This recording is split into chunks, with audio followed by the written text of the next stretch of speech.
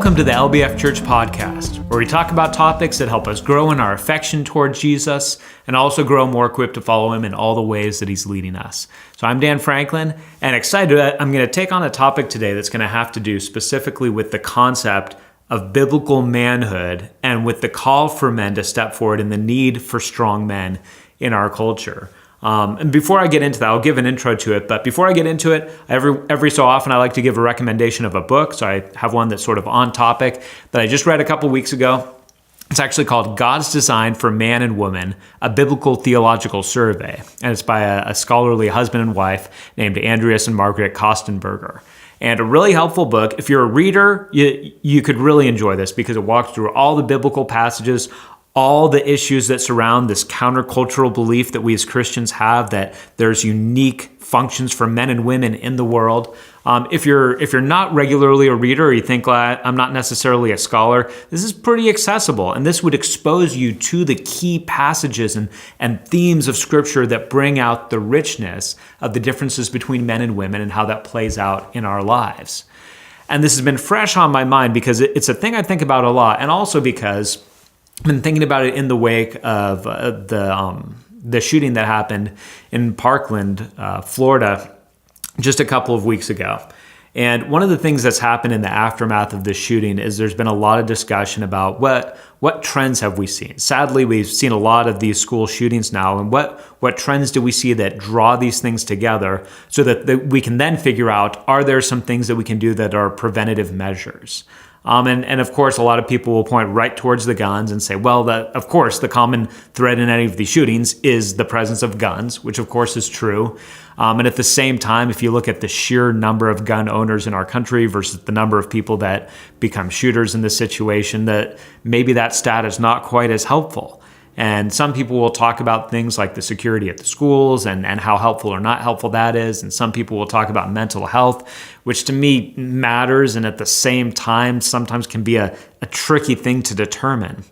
But what has recently been brought up, and I didn't perceive at first, was the idea that something that is true of 100% of these school shooters is that they have not had a father in the home. Now, that alone, you might pause and say, well, all right, maybe that's true, but are we willing to jump right in and say that that is deeply significant to this sort of issue? And I would say, well, not necessarily, except for the fact that there are a ton of statistics that point towards the absolute significance of whether or not a father is in a home. Let me just read off some of them. 71% of teen high school dropouts are from fatherless homes. Similarly, 71% of teen pregnancies take place in fatherless homes. Of all the identified behavior disorders that happen in all the kids in our country, 85% of them are from kids in homes without a dad. Of all the runaways and homeless youth in our country, 90% are from fatherless homes. 63% of youth suicides from fatherless homes. 85% of youth in prison from fatherless homes. 71% of adolescents who are substance abusers are from fatherless homes. 80% of adolescents in psychiatric hospitals are from fatherless homes. When you begin to take all that together, it's hard to move away from any kind of conclusion that there is a huge thing that happens, a huge positive thing that happens when there's a father in the home. And by the way, this isn't even getting into how good the dad is, just that a dad is there. That alone is pointing towards an improvement of all of these things. And of course, then just the detriment that happens when a father's not in the home. Now, here's another thing, just to think of where we are about this as a culture. Currently, the statistics are saying that as of 2010, so it may have jarred a little bit by then. Sometimes statistics are hard to get right up to date. But at 2010, 33% of the children growing up in the United States were growing up without a dad in the home or without a dad really kind of actively involved in their lives. So a third of the kids in our country are growing up without dad in the home. Now, just take a second and say, all right, 1960, so 50 years before that most recent statistic, it was at 8%. 8% of kids in homes were growing up without dad right there. And if you even look at it, and I'm not going to present all of this, but if you look at it across racial lines, you've seen a spike in everything. White, Hispanic, Black, these have all gone up dramatically, whereas 50, 60 years ago, they were much lower. And the purpose for this is not necessarily to get into all of the whys of this. I do want to talk about that for a minute, but I want to get more into the solution, because however it is that we got here, we still need to think of what could be done about this situation that we find ourselves in. But as we look back and say, all right, in the last 50, 60 years, what has led to this just epidemic of fatherlessness and of men not being involved in their kids' lives? I'm going to suggest at least two things that I think are partial elements of this. One of them is the idea that in the last 50 years in our nation, we have really destigmatized divorce. And what I mean by that is there used to just be a social stigma that went along with somebody who was divorced. There's a lot that I think we as a society looked at and said, well, that's not good. It's not good that this person would be sneered at or thought to be less of a person or thought to be not necessarily a moral person. You don't know the whole story. So we went through a process of destigmatizing it and saying, no, like we're not going to look down. We're not going to look at a divorced person as any different than a married person. We're not going to look at a kid who's growing up with divorced parents any differently than we would look at a kid who has both parents in the home. We're going to take away any stigma involved in this. And this is a tricky thing, especially that we function as in the Church of Jesus Christ, where on the one hand, we are a place of grace, where we say everyone is welcome, and we are not going to look down our noses at you for anything that's true of you. And at the same time, it's not necessarily helpful to say this kind of behavior is just as valid as this kind of behavior. In the Church of Jesus Christ, we're also pursuing holiness. We're also saying, all right, God has called us to certain things. So I think the destigmatizing of divorce certainly led to more divorce because people looked at it as less of a big deal. They weren't thinking that people were going to look down on them. They were thinking, I'm going to be kind of in the mainstream here of a lot of people who grow up in this situation or who end up in this situation. So number one, there's the destigmatizing of divorce. And number two, and this is a little bit more political, but I'm at least going to throw it out. There has been a lot more government assistance in homes. Now, this is a little bit of a chicken and an egg thing, where some people would say, well, here's the deal. Husbands and fathers were not living up to their obligations, and so the government has stepped in and helped single moms. And certainly that's a valid perspective. Another side of the perspective would be when the government stepped in to start giving money to people who are poor, there were a bunch of husbands and a bunch of dads that looked at the situation and said, it used to be that I was busting my hump, going out to work and doing these difficult things because my family needed me. And all of a sudden, I'm getting the message that not only does my family not need me, but they would be getting more money. They'd be better off financially if I wasn't here. Now, that certainly doesn't excuse any man abandoning his family, and whatever the chicken and egg element of this happened, that has been one of the factors that has happened in our culture, where just it's much easier. You don't deal with the social stigma nearly as much if you're a divorced person. Even within the church, you don't deal with it nearly as much if you have a divorce in your past. And also, we have government assistance, and so we don't have people saying, well, I can't get divorced, or I can't divorce him, or I can't kick him out, or I can't leave them, because what would happen in the other case? Now the government just steps in and takes care of it in many of those cases. So we end up in this situation where we have 33% of the kids in our country growing up without dads. We're seeing detrimental effects. We see the statistics of just how significant this is. Now, what I want to say is this. If we have a biblical framework and a biblical worldview, it should not surprise us that fathers and husbands and men in general have disproportionate significance if they are living right or if they're living wrong. This is really page 1 of the Bible, or maybe you could say page 3 of the Bible if you go back to Genesis 3. So quick summary. Genesis 1, God creates the entire world. Genesis 2, God creates man and woman uniquely in his image, and they form into a family. When you get to Genesis 3, you have the sad story of the first sin. And you're probably at least somewhat familiar with the story with the snake and the fruit and the garden and all of that. Now just think about this for a second. Because if you're familiar with the story, you could make a good case that between Adam and Eve, it was more Eve's fault than Adam's. You could certainly make that case. You could say, well, she's the one that's having this conversation with the serpent. She's the one that eats. She's the one that gives it to Adam to eat. Like she maybe you could make a good case. She's the one who's most to blame. That said, here's what happens in the fallout of the sin. God goes to the serpent and he says, "Cursed are you because of what you've done, and you're going to crawl along on the ground and you're going to be despised by everyone." Then he goes to the woman and he says, "Cursed are you because of what you've done, and because of this," just quick summary, "you're going to have pain in childbirth and you're going to have relational difficulty with your husband." Then he goes to the man, he goes to Adam, and he doesn't say, "Cursed are you." Instead, he says, "Cursed is the ground because of you." So, quick summary reel here of what happened, because you have three people behaving badly, or three beings behaving badly. So you have the serpent. Because of what the serpent did, all serpents are despised. So that's the fallout of his bad behavior. So you've got Eve. The fallout of her bad behavior basically seems to be, all right, women now throughout history are going to have more pain in childbirth and more relational tension and pain with the men in their lives.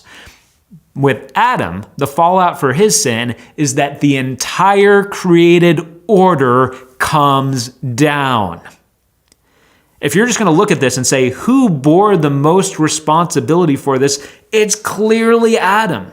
His actions had a disproportionate impact. And there's a lot to get into that in other places you could, just in talking about sort of the passivity of Adam being there the whole time and not saying anything as Eve is wrestling through what to do with this. The point is this: throughout Scripture, man is presented as the one with the greater responsibility and the greater leadership in these cases. This is all throughout the Old Testament and New Testament, and that men are put in the position of having the greater responsibility. In fact, in the New Testament, in passages like Colossians and Ephesians and 1 Peter, where the authors will talk about the man as the head of the wife or as the head of the household, that concept has much more to do with the concept of responsibility than with some sort of power and authority. It's the idea of, all right, the buck stops with you. You're ultimately going to be responsible in this instance. In fact, back in Deuteronomy chapter 6, and I'll read a portion of this, but Deuteronomy chapter 6 is really maybe the core passage of the entire Old Testament for the Jewish people. And one of the things that Moses communicates to the people, he says, "These commands that I give you," starting in verse 6, "these commands that I give you today are to be on your hearts. Impress them on your children. Talk about them when you sit at home and when you walk along the road, when you lie down and when you get up. Tie them as symbols on your hands and bind them on your foreheads. Write them on the doorframes of your houses and on your gates." Now you can say whatever you want about whether or not this was what I'm about to say is right or wrong, but the men were the heads of the household. So the idea of passing this along to your children, that was the responsibility of the men. The expectation is you are going to go and pass this along to your children. In fact, in both Colossians and Ephesians, sometimes our more modern Bible translations will just translate the verses as an address to parents in Ephesians 6:4 and in Colossians 3:21. But really in the Greek, literally it says, "Fathers, here's how you interact with your children." And you could say, well, that's just the generic. It's supposed to include mothers as well. But I think there's something instructive in the idea that the expectation is that the men have the greater responsibility in this instance. Now, again, you could look at that and you can say, well, that's sexist or that's not okay. But if you just purely looked at the raw data of our culture, you would conclude men have a disproportionate impact on how their families experience their plight. The biblical worldview lines up with this. It says men have a disproportionate impact on all of this. Men who are listening to this right now, when we get it wrong, it is a big deal. And when we get it right, it is a big deal. So here's what I want to do. I want to say, I want to have two pieces of admonition to women who are listening to this of how you can be a part of something really positive here. And then I'm going to give 5 thoughts for men on how we can live out the biblical calling, God's calling for us to say the world needs strong, godly men. So the first thing, so you might be listening to this and saying, all right, I agree with this, but I'm a woman and I'm trying to figure out what role do I have in this other than hoping that the men in my life get this right. And I would really encourage you to do 2 things. The first thing that I would encourage you to do is find ways to affirm the man and the men in your life for the importance that they have. That is something positive that you can do. You could determine that this is right or wrong, but for most men, we are willing to step up to a call to manhood when it comes from another man. right or wrong, we normally don't see it as a call to masculinity when a woman is telling us, be a man, because a woman is not a man. And so the call to manhood usually is effective when it comes from a man. But one of the powerful things that the women in our lives do is they give us the reminder of the power that we have and that we want to use it for good.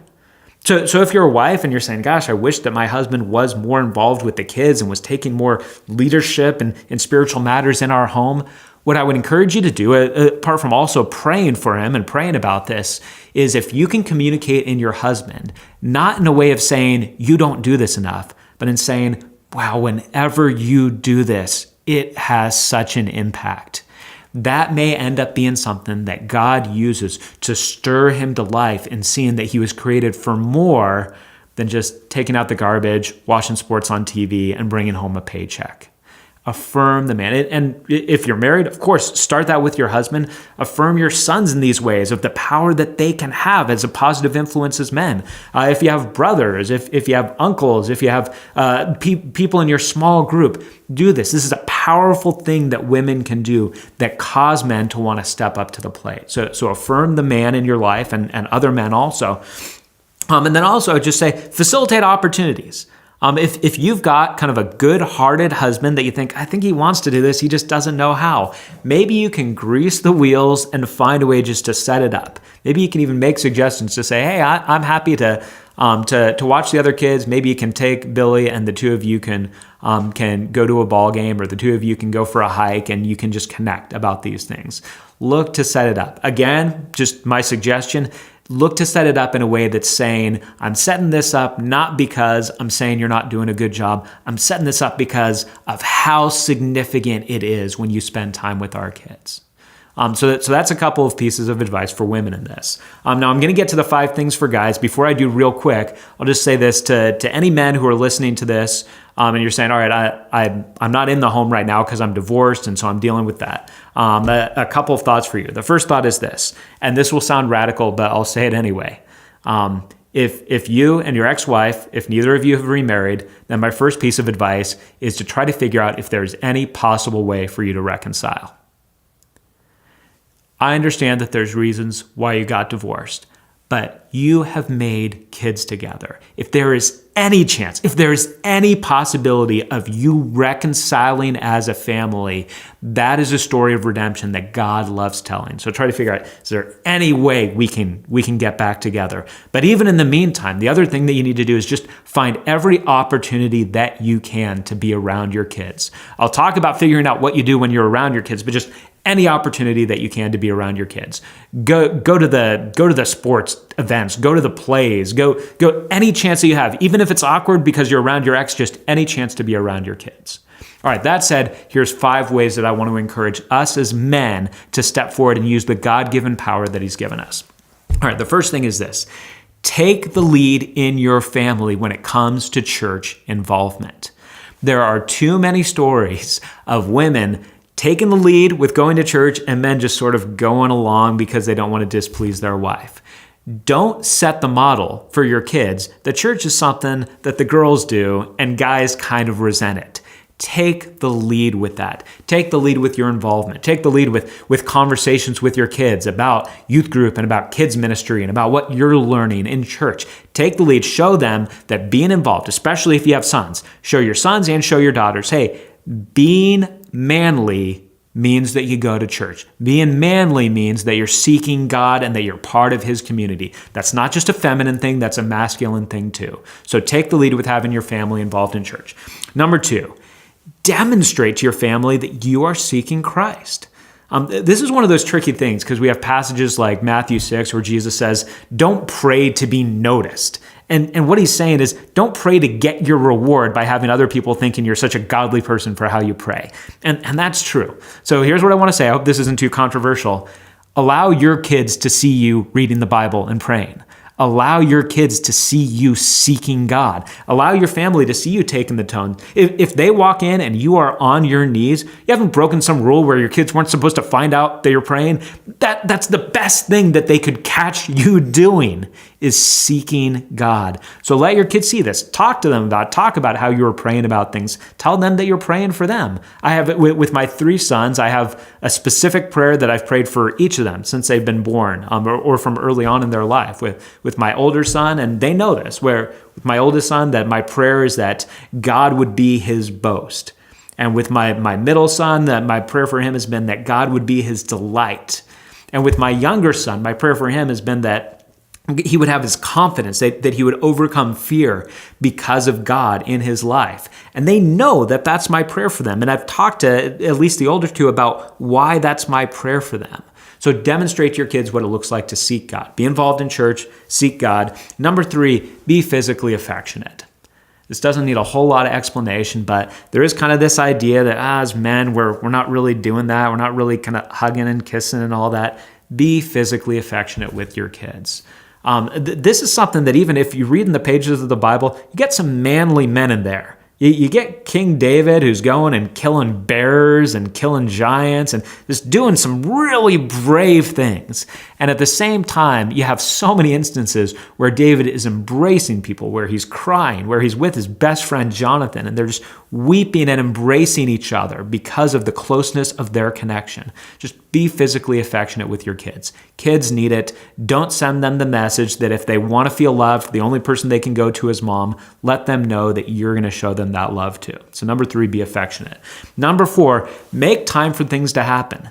And this goes along with what I was saying before. Yes, plan intentional times and plan intentional conversations and family devotions. All of that is really valuable stuff. But just be around enough that the conversations can just come up. Take your kids on a hike, or take your kids to a ball game, or take your kids to the park, just so that you can be around each other enough so that your kids will bring up questions that they have, or natural conversations about God and about the world and about sex and about school and about learning and jobs, and all of these things can come up.